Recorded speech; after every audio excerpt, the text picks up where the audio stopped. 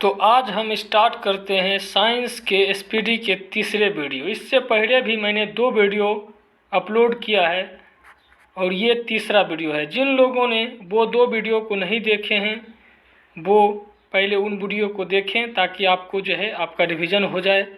और ये तीसरा वीडियो है। तो चलिए हम स्टार्ट करते हैं फर्स्ट क्वेश्चन से। इसके पिछले जहाँ से मैंने छोड़े हैं वहीं से उसके आगे आज स्टार्ट किए हैं कि नाभिकीय विखंडन में प्रयुक्त होता है न्यूट्रॉन। नाभिकीय विखंडन में जो प्रयुक्त होता है वो न्यूट्रॉन होते हैं।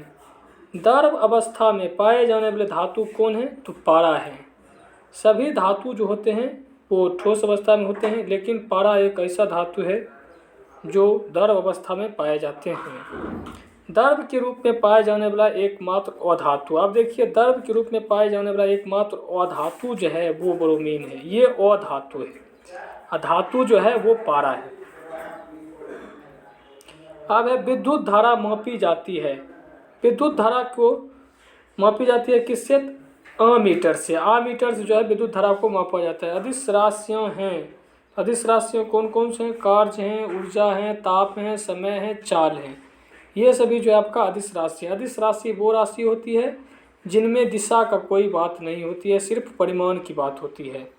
तो ये सभी में दिशा की कोई बात नहीं होगी। कार्य, ऊर्जा, ताप, समय, चाल, शक्ति, ये सभी जो हैं अदिश राशियाँ होती है।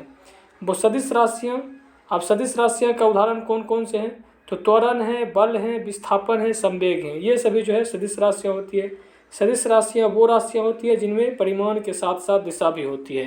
तो ये हैं त्वरण, बल, विस्थापन और संवेग। अब है शुष्क बर्फ क्या होते हैं? जो शुष्क बर्फ होते हैं वो ठोस कार्बन डाइऑक्साइड होते हैं। तत्व का सबसे छोटा कण या भाग कौन होता है? तो परमाणु। यानी सभी तत्व जो है परमाणु से ही मिलकर बना होता है, तो सबसे छोटा क्या होगा? परमाणु ही होगा। रासायनिक यौगिक का सबसे छोटा यूनिट कौन है? तो रासायनिक यौगिक का सबसे छोटा यूनिट जो है अणु है। रासायनिक यौगिक का देखिए सबसे छोटा यूनिट जो है अणु है, लेकिन तत्व का सबसे छोटा यूनिट परमाणु है। परमाणु के 3 मौलिक कण होते हैं, वो कौन कौन से हैं? तो इलेक्ट्रॉन है, प्रोटॉन है और न्यूट्रॉन है। अब है इलेक्ट्रॉन की खोज किसने किए थे? तो इलेक्ट्रॉन की खोज जो है जे थॉमसन साहब ने किए थे इलेक्ट्रॉन की खोज। प्रोटॉन की खोज जो है किसने किए थे? तो गोल्डस्टीन ने किए थे। पी से प्रोटॉन, जी से गोल्डस्टीन, यानी पीजी याद रखिएगा, पीजी वाले स्टूडेंट यानी पीजी। प्रोटॉन की खोज गोल्डस्टीन ने की थी। न्यूट्रॉन की खोज किसने किए थे? तो जेम्स चैडविक ने किए थे। न्यूट्रॉन एन से, सी से चैडविक, नैन्सी याद रखिएगा। न्यूट्रॉन की खोज जेम्स चैडविक ने किए थे। इलेक्ट्रॉन होता है तो इलेक्ट्रॉन जो है उस पर ऋण आवेशित होता है, यानी निगेटिव चार्ज पार्टिकल ऋण आवेशित होता है। प्रोटॉन जो है वो पॉजिटिव होते हैं। पी से प्रोटॉन, पी से पॉजिटिव, यानी ये धन आवेशित कण होते हैं। न्यूट्रॉन जो है एक आवेशहीन होता है, मतलब आवेशहीन मतलब हो गया एन से न्यूट्रॉन और एन से न्यूट्रल। तो इस तरह से आपको याद भी हो जाएगा कि न्यूट्रॉन एक जो है न्यूट्रल आवेश, मतलब न्यूट्रल है। उसके बाद जो है पॉजिट्रॉन की खोज किसने किया था? पॉजिट्रॉन की खोज जो है एंडरसन ने किए थे। पॉजिट्रॉन की खोज। इलेक्ट्रॉन त्यागने एवं ग्रहण करने की प्रवृत्ति क्या कहलाती है? अब है इलेक्ट्रॉन त्यागने की प्रवृत्ति और ग्रहण करने की प्रवृत्ति। तो इलेक्ट्रॉन त्यागने की प्रवृत्ति को ऑक्सीकरण कहते हैं और इलेक्ट्रॉन ग्रहण करने की प्रवृत्ति को अवकरण कहते हैं। जिस भी किसी धातु से, एलिमेंट से, मतलब उस पर जो है इलेक्ट्रॉन होगा, मान लीजिए वो त्याग करेगा तो उस पर पॉजिटिव चार्ज होगा। जैसे मान लीजिए कि लोहा जो है जब इलेक्ट्रॉन जो है त्यागेगा तो उस पर प्लस चार्ज होगा, तो वो क्या होगा? उसका यानी ऑक्सीकरण हो गया है। प्लस चार्ज ऑक्सीकरण को बताता है। अगर लोहा मान लीजिए किसी से इलेक्ट्रॉन लेगा तो Fe माइनस में आएगा, तो यानी इलेक्ट्रॉन को ग्रहण करेगा तो उसका मतलब वो अवकरण को दर्शाएगा। तो निगेटिव चिन्ह अवकरण को दर्शाता है। अब है प्रोटॉन का भार। प्रोटॉन का भार जो है इलेक्ट्रॉन के भार का कितना गुना होता है? तो 1840 गुना होता है। विद्युत अपघटन में ऑक्सीकरण किस पे होता है? एनोड पे। एनोड पे ऑक्सीडेशन होता है, ऑक्सीकरण होता है, और कैथोड पे रिडक्शन होता है। आपको याद रखना है। परमाणु के नाभिक की खोज किसने किया था? तो परमाणु के नाभिक की खोज जो है न्यूक्लियस की खोज किए थे रदरफोर्ड ने। परमाणु के नाभिक में क्या होते हैं? परमाणु के नाभिक में प्रोटॉन होते हैं और न्यूट्रॉन होते हैं, इलेक्ट्रॉन उसके चारों ओर चक्कर लगाते रहते हैं। एक तत्व के परमाणु में प्रोटॉन या इलेक्ट्रॉन की संख्या कहलाती है परमाणु संख्या। एक तत्व के परमाणु में जो प्रोटॉन या इलेक्ट्रॉन की संख्या होती है वही उसका परमाणु संख्या कहलाती है। ऐसे परमाणु जिनके परमाणु क्रमांक समान परंतु परमाणु द्रव्यमान भिन्न भिन्न हो वो क्या कहलाते हैं? समस्थानिक कहलाते हैं। समस्थानिक वो होते हैं जिनके जो है परमाणु क्रमांक समान होते हैं लेकिन परमाणु द्रव्यमान भिन्न भिन्न होते हैं। जैसे हाइड्रोजन के देखते हैं तो हाइड्रोजन जो है 1H1 एक होता है, एक होता है 1H2, एक होता है 1H3।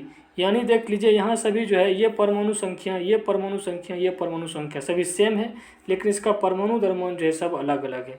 इस तरह से परमाणु द्रव्यमान जब भिन्न भिन्न होगा तो वो जो है समस्थानिक कहलाएंगे।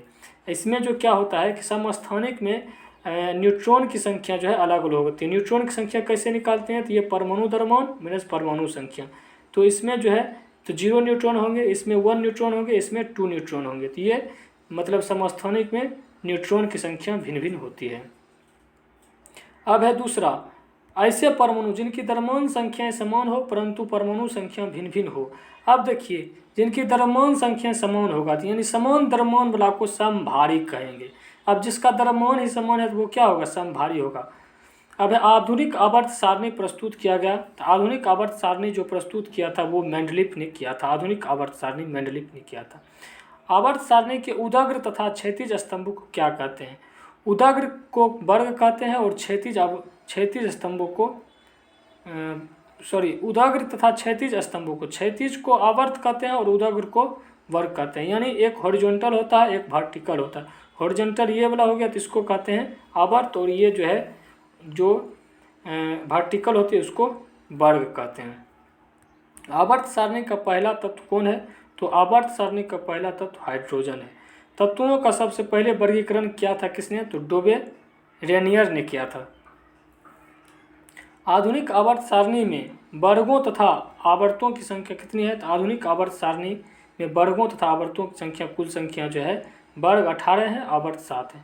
आधुनिक आवर्त सारणी जो है मोजले ने दिए थे, इसमें जो है वर्ग 18 है और 7 हैं। जो मेंडलीफ ने दिए थे उसमें 8 वर्ग और 7 आवर्त थे। नॉन स्टिक बर्तन बने होते हैं किससे? तो टेफ्लॉन के, माने न चिपकने वाले, जो बर्तन चिपकते नहीं वो टेफ्लॉन के बने होते हैं। अयस्क में उपस्थित अशुद्धि क्या कहलाती है? अयस्क में उपस्थित अशुद्धि को गैंग कहते हैं। खनिजों एवं अयस्क से धातु प्राप्त करने की विधि को क्या कहते हैं? खनिजों एवं अयस्क से धातु प्राप्त करने की विधि को धातुकर्म कहते हैं। बर्तन में कलई के लिए उपयोग किया जाता है अमोनियम क्लोराइड का। पटाखे में हरा रंग होता है किसके कारण? तो पटाखों में हरा रंग होता है बेरियम के कारण। हरा रंग जो है बेरियम के कारण होता है। अब है आतिशबाजी के दौरान लाल चटक रंग किसके कारण होता है? तो लाल चटक रंग जो होता है वो स्ट्रोंशियम की उपस्थिति के कारण होता है। इससे ये आप याद रखिएगा रेड SR, ये स्ट्रोंशियम में R जो है रेड को बताएगा याद करने के लिए। भविष्य का ईंधन किसे कहते हैं? तो भविष्य का ईंधन जो है हाइड्रोजन को कहते हैं।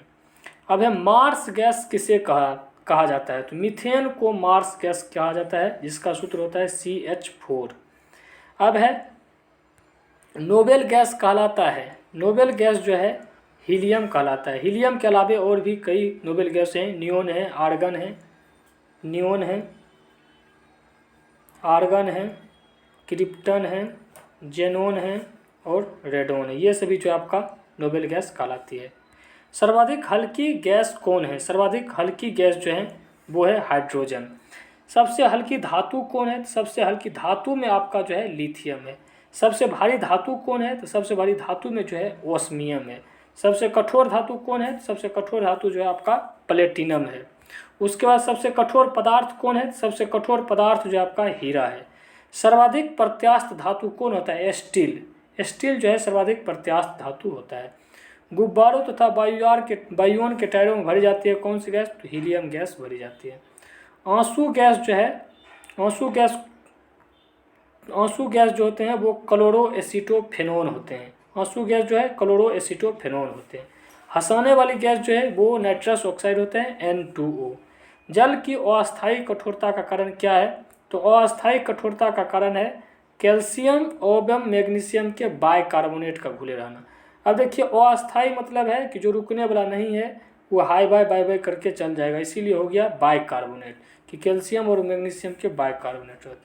जल में अस्थाई कठोरता जो है किसके कारण होता है, अब ये परमानेंट है, तो परमानेंट जो है वो होते हैं कैल्शियम और मैग्नीशियम के सल्फेट के घुले रहना।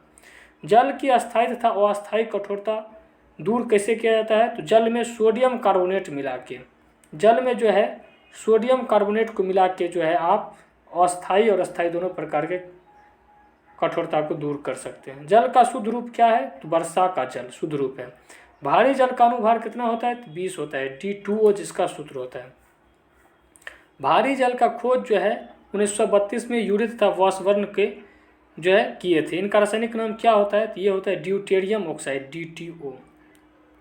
कृत्रिम वर्षा के लिए उपयोग में लाया जाता है सिल्वर आयोडाइड, याद रखना है, कृत्रिम वर्षा के लिए AgI सिल्वर आयोडाइड। वहाँ जो है फोटो वाला में जो है AgBr था। लोहे का सबसे शुद्ध रूप कौन है, पिटवा लोहा है सबसे शुद्ध रूप। लोहे के किस रूप में कार्बन की मात्रा न्यूनतम होती है, तो लोहे के पिटवा लोहा में ही कार्बन की मात्रा न्यूनतम होती है, इसीलिए इसको शुद्ध लोहा कहा जाता है। लोहे की मात्रा सर्वाधिक होती है किसमें, तो पालक के पत्ते हैं, पालक का जो साग खाते हैं वो हरी सब्जी ही कहलाती है, तो उसमें जो है लोहा का सर्वाधिक मात्रा पाई जाती है।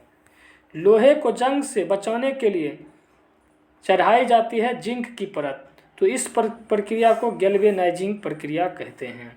विद्युत एवं ऊष्मा का सर्वोत्तम चालक कौन है, विद्युत एवं ऊष्मा का सर्वोत्तम चालक चांदी है। शुद्धतम सोना कितने कैरेट का होता है, तो 24 कैरेट का, तो 18 कैरेट सोने शुद्ध कितना होगा, तो 75 होगा। ये तो सोचने वाली बात है, जब शुद्धतम सोना 24 कैरेट का है तो इसका मतलब जो 18 कैरेट कितना होगा, तो 75% होगा। बेवकूफ़ों का सोना किसे कहते हैं, तो पायराइड्स को, यानी Fe2 को बेवकूफ़ों का सोना कहते हैं। लोहा, निकेल एवं क्रोमियम मिश्र धातु होते हैं किसका, तो स्टेनलेस स्टील का, यानी स्टेनलेस स्टील किससे बना होता है, लोहा भी होता है उसमें, निकेल भी होता है और क्रोमियम भी होता है। टांका मिश्रण किसका है, यानी सोल्डर, टांका मिश्रण होता है सीसा और टीन का, टीन और सीसा दोनों मिलकर सोल्डर का निर्माण करता है। क्वार्ज में क्या होता है, सिलिकॉन और ऑक्सीजन होता है क्वार्ज में। प्राकृतिक रबर बहुलक होता है, आइसोप्रीन का बहुलक होता है। सबसे उत्तम कोयला कौन है, एंथ्रासाइट है, एंथ्रासाइट सबसे उत्तम कोयला है। कांसा मिश्र धातु किसका है, तांबा और टीन का, कांसा जो है मिश्र धातु है तांबा और टीन का। कच्चे फलों को पकाने के लिए प्रयोग किया जाता है किसका, एथिलीन और एसिटिलीन गैस को, एथिलीन और एसिटिलीन गैस। ये कांसा को जो है आप जो है कांसा को तांबा टीन से, तांबा प्लस टीन यानी ताटी से आप कांसा याद रख सकते हैं। लोहे को इस्पात में बदलने के लिए मिलाया जाता है किसको, निकेल धातु को, लोहे को इस्पात में बदलने के लिए निकेल धातु को मिलाया जाता है। कैमरा, दूरबीन के लेंस, विद्युत बल्ब तथा धूप के चश्मा में किस कांच का प्रयोग किया जाता है, तो फ्लिंट कांच का प्रयोग किया जाता है। पारा का प्रमुख अयस्क कौन है, सिनेबार, पारा का प्रमुख अयस्क सिनेबार है। कैल्शियम, पोटासियम तथा कैडमियम का अयस्क कौन है, तो कैल्शियम का डोलामाइट, पोटासियम का नाइटर और कैडमियम का ग्रीनोकाइट, ये सभी अयस्क है। बर्फ का द्रव्यमांक एवं हिमांक कितना होता है, तो 0 डिग्री सेंटीग्रेड होता है। अब LPG में गंध के लिए क्या मिलाया जाता है, तो सल्फर के यौगिक मिथाइल मरकैप्टेन मिलाया जाता है। मिथाइल मरकैप्टेन जो LPG जो घरेलू गैस होते हैं जो यूज करते हैं, देखते हैं थोड़ा सा रिसा होने के कारण गंध देता है, तो वो सल्फर के यौगिक मिथाइल मरकैप्टेन पाया जाता है। 1 मोल किसके बराबर होता है, तो 6.023 गुने 10⁻23। इसमें आपको ध्यान रखना है माइनस में नहीं होता है, ऐसा नहीं कि -23 कर दीजिएगा, +23 में होता है। 6.023 गुने 10⁻23। एक एवोगाड्रो संख्या कितने के बराबर होती है, तो 1 मोल जो है जितना होता है उतना ही एक एवोगाड्रो संख्या बराबर होती है, 6.023 गुने 10⁻23। हीरा का आपेक्षिक घनत्व तथा अपवर्तनांक कितना होता है, तो आपेक्षिक घनत्व उसका 2.2 होता है और अपवर्तनांक जो है 2.417 होता है, कहीं कहीं 2.42 भी दिया जाता है। रिएक्टर में नियंत्रक क्षार के रूप में प्रयोग किसका किया जाता है, कैडमियम या बोरोन की क्षार का यूज किया जाता है। अर्धचालक का उदाहरण कौन है, तो कार्बन, सिलिकॉन तथा जर्मेनियम, ये सभी जो है अर्धचालक का उदाहरण है। अर्धचालक पर ताप का क्या प्रभाव पड़ता है, तो ताप बढ़ने पर चालकता बढ़ती है और घटने पर घटती है। अर्धचालक अति चालक की प्रतिरोधकता होती है 0, अति चालक की प्रतिरोधकता 0 होती है। सोडा वाटर विलयन है, सोडा वाटर विलयन जो है गैस और द्रव का है। सोडा वाटर विलयन किसका है? गैस और द्रव का। अम्लों का राजा किसे कहते हैं? H2SO4, इसे सल्फ्यूरिक एसिड कहते हैं। ठोसों में ऊष्मा का संचरण कैसे होता है? तो ठोसों में ऊष्मा का संचरण जो है चालन विधि से होता है, चालन विधि के द्वारा होता है, कंडक्शन के द्वारा। कौन पर ध्वनिक प्रभाव कितना रहता है? 1/10 सेकंड यानी 0.1 सेकेंड रहता है। प्रतिध्वनि सुनने के लिए श्रोता एवं परावर्तक सतह के बीच की न्यूनतम दूरी कितना होना चाहिए? 17 मीटर होना चाहिए। अनुप्रस्थ तरंग का उदाहरण कौन है? प्रकाश तरंग। प्रकाश तरंग अनुप्रस्थ तरंग का उदाहरण है। अनुदैर्घ्य तरंग का उदाहरण क्या है? अनुदैर्घ्य तरंग का उदाहरण जो है ध्वनि तरंग है। अनुदैर्घ्य तरंग का उदाहरण। ध्वनि तरंगे गमन करती है किसमें? ध्वनि तरंगे गमन करती है लंबवत, तो इसीलिए ध्वनि तरंग को अनुदैर्घ्य तरंग कहा जाता है। मनुष्य नहीं सुन सकता है पराश्रव तरंग को, पराश्रव तरंग को मनुष्य सुन नहीं सकता है। सेकेंडरी लोलक का आवर्तकाल कितना होता है? सेकेंडरी लोलक का आवर्तकाल 2 सेकेंड होता है। अब नाम में ही कम है, सेकेंडरी लोलक यानी 2 सेकेंड। मानव नेत्र के स्पष्ट दर्शन की न्यूनतम दूरी कितना होता है? 25 सेंटीमीटर होता है। समान आंख के लिए दूर बिंदु कितना होता है? तो दूर बिंदु अनंत होता है। कैप्सूल का आवरण किसका बना होता है? तो कैप्सूल का आवरण जो है स्टार्च का बना होता है। अंडे का आवरण किसका बना होता है? वो कैल्शियम कार्बोनेट का बना होता है। मानव मस्तिष्क तथा सिर के अध्ययन से संबंधित शाखा क्या कहते हैं? तो वो फ्रेनोलॉजी कहलाता है। डिहाइड्रेशन से प्रायः कमी होती है किसका? तो डिहाइड्रेशन यानी आपके शरीर से ज़्यादा पानी निकलती है तो सोडियम क्लोराइड की कमी हो जाती है। वस्तु का भार अधिकतम कहाँ भार अधिकतम होता है? निर्वात में। कृत्रिम सिल्क कहलाता कौन है? कृत्रिम सिल्क आपका रेयन कहलाता है। आम का वैज्ञानिक नाम क्या है? तो आम का वैज्ञानिक नाम मेंजिफेरा इंडिका है। रेफ्रिजरेटर में जल को ठंडा करने के लिए प्रयोग किया जाता है अमोनिया गैस का। रेफ्रिजरेटर में अमोनिया गैस का प्रयोग किया जाता है। रेफ्रिजरेटर के आविष्कारक कौन है? James Harrison. जेम्स हैरिसन जो है रेफ्रिजरेटर को बनाए थे। रेफ्रिजरेटर में एक समान ताप को बनाए रखता है कौन? थर्मोस्टेट। थर्मोस्टेट नाम में ही कम, थर्मोस्टेट। थर्मो शब्द होता है ताप से संबंधित, स्टेट मतलब उसको एक समान बनाए रखने का। कमरे में रखे रेफ्रिजरेटर का दरवाज़ा खोल दिया जाता है तो कमरे का ताप बढ़ जाएगा। अगर एक कमरे में रेफ्रिजरेटर को रखें और उसका दरवाज़ा खोल के छोड़ दिया जाए तो कमरे का टेम्परेचर बढ़ जाएगा। पेप्सिन प्रोटीन को बदलता किसमें है? पॉलीपेप्टाइड में। पेप्सिन जो है प्रोटीन को पॉलीपेप्टाइड में बदल देता है। गोबर गैस संयंत्र के आविष्कारक कौन है? सीबी देसाई। ये गोबर गैस जो है संयंत्र जो है इसका जो है आविष्कारक सीबी देसाई है। गोबर गैस से प्राप्त होने वाली गैस कौन है? तो वो मीथेन है, CH4। बायोगैस का महत्वपूर्ण घटक कौन है? तो बायोगैस का महत्वपूर्ण घटक आपका मीथेन है। सोडा वाटर बनाने के लिए प्रयुक्त होता है कार्बन डाइऑक्साइड गैस। सभी गैस शून्य आयतन घेरेगी -273 डिग्री सेंटीग्रेड पे। परम शून्य ताप का मान होता है -273.15 डिग्री सेंटीग्रेड। इस तरह से साइंस का ये तीसरा वीडियो यहाँ जो है ख़त्म होता है और इसके अगले वीडियो मैं जल्द ही लाऊंगा। और अभी तक जिन लोगों ने हमारे चैनल को सब्सक्राइब नहीं किया है वो कृपया हमारे चैनल को सब्सक्राइब करें और ज़्यादा से ज़्यादा शेयर करें ताकि आप लोगों का रिवीजन हो। तो चलिए ठीक है, अगले वीडियो जल्द ही लाने की कोशिश करेंगे।